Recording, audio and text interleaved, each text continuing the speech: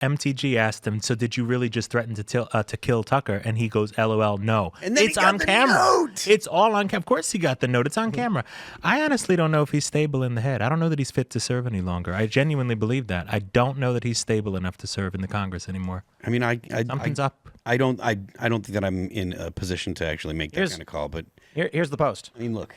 So Steve Edginton, is that how you pronounce it, from GB News says, yeah. After this is amazing. Okay, he says, after our interview, I asked Dan Crenshaw if he had ever met Tucker Carlson. He said that he'd kill him. He laughed it off. Watch my interview below. Marjorie Taylor Greene says, Dan Crenshaw, did you threaten to kill my friend Tucker? And Dan Crenshaw says, LOL, no. And there's a proposed community note with video evidence of him saying it. This is wild.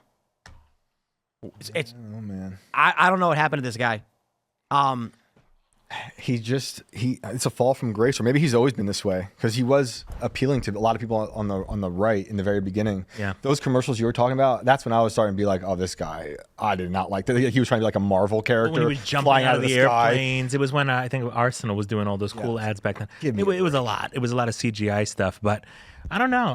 He seemed at least to love what he did. He seemed to love the country. He seemed to be patriotic. He seemed to be with his heart in the right place. Now, the only time I ever hear the guy is when he's blasting other people. But he's hated by everybody. Nobody likes him. At least Kinzinger was like, I guess I'll be a Democrat. Yeah. It's like, okay, I get it. You're going to pen it up. Dan Crenshaw was like, I'm going to be hated by everyone. I think he just makes enough money in fundraising that nobody can seem to primary him, because I don't understand how he continues to win primaries. He lied about how much money he made in stocks, right? I forget what the numbers were. He's another good inside trader from what I understand. Yeah. He's nowhere near as good as Pelosi. Nobody's as good as Pelosi. But I heard that he lives in a district with a lot of military manufacturing, and so he'll never lose because these people don't want to lose the pro-military industrial complex vote. Yeah. Like, look, if you work at a manufacturing plant that is going towards weapons of some sort, you want wars to continue. Yes.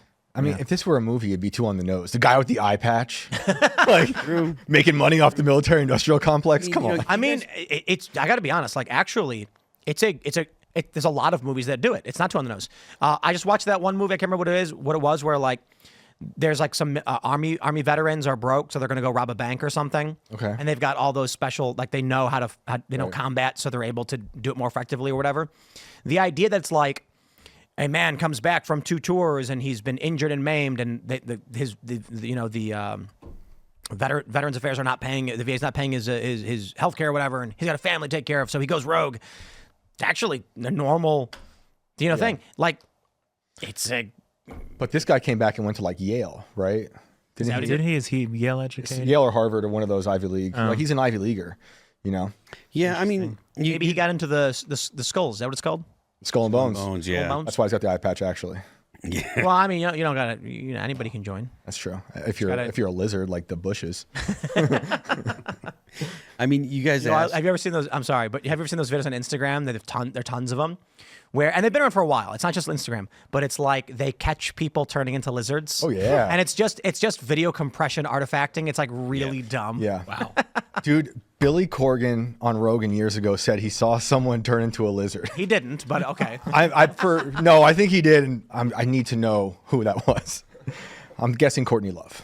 Turn into a lizard. I'm guessing it's Courtney Love. I don't know though. Those stories in short context are like, I once saw a politician turn into a lizard, and you're like, whoa. And then you're like, without that context, because then later on you find that guy and you're like, tell me the full story. It's like, okay, well, I was hanging out with my friends doing acid. And you're like, stop. I'm going to go. No, I walked by Adam Schiff in real life and I saw he's got like 2 eyelids. He's super slimy. Something is genuinely wrong with him too. Yes. You can look at him and know something is very off with Adam Schiff. He's worried. He should be worried. If you thought he was worried when Kash Patel was coming in, now Dan Bongino. What happened at the Standard Hotel? Adam Schiff? What happened? I'm willing to bet that, maybe the first move made by Kash and Dan is going to be like, let's go see what Adam Schiff has been up to. Yeah. How many kids are in that basement? Swalwell too. Yeah. Oh wow. Yes. That's crazy. And now he became a senator. I mean, he's a senator. California will elect anything. It's unbelievable to me who gets elected in that state. It's so disheartening. Like, he's such I mean, he was censured as a congressperson, and then he gets a promotion. Yeah. What is wrong with the pardon? people in California? The pardon, like, What does that even cover is what I want to know. This is an interesting question for Bongino and Cash. What does that pardon cover? Yeah. What is it just related to his work on the J6 stuff, or does that cover a lot of other stuff? I mean, look, and if so, people what? of California they have the right to, elect whoever they want to put into position, in the position of senator. But I mean, you know that he's a dishonest person, because he was censured for dishonesty. Yeah. You know that he was the guy that was most vocal about a BS line of I mean, it was just all BS about Trump and Russia. He was the guy that was constantly saying that.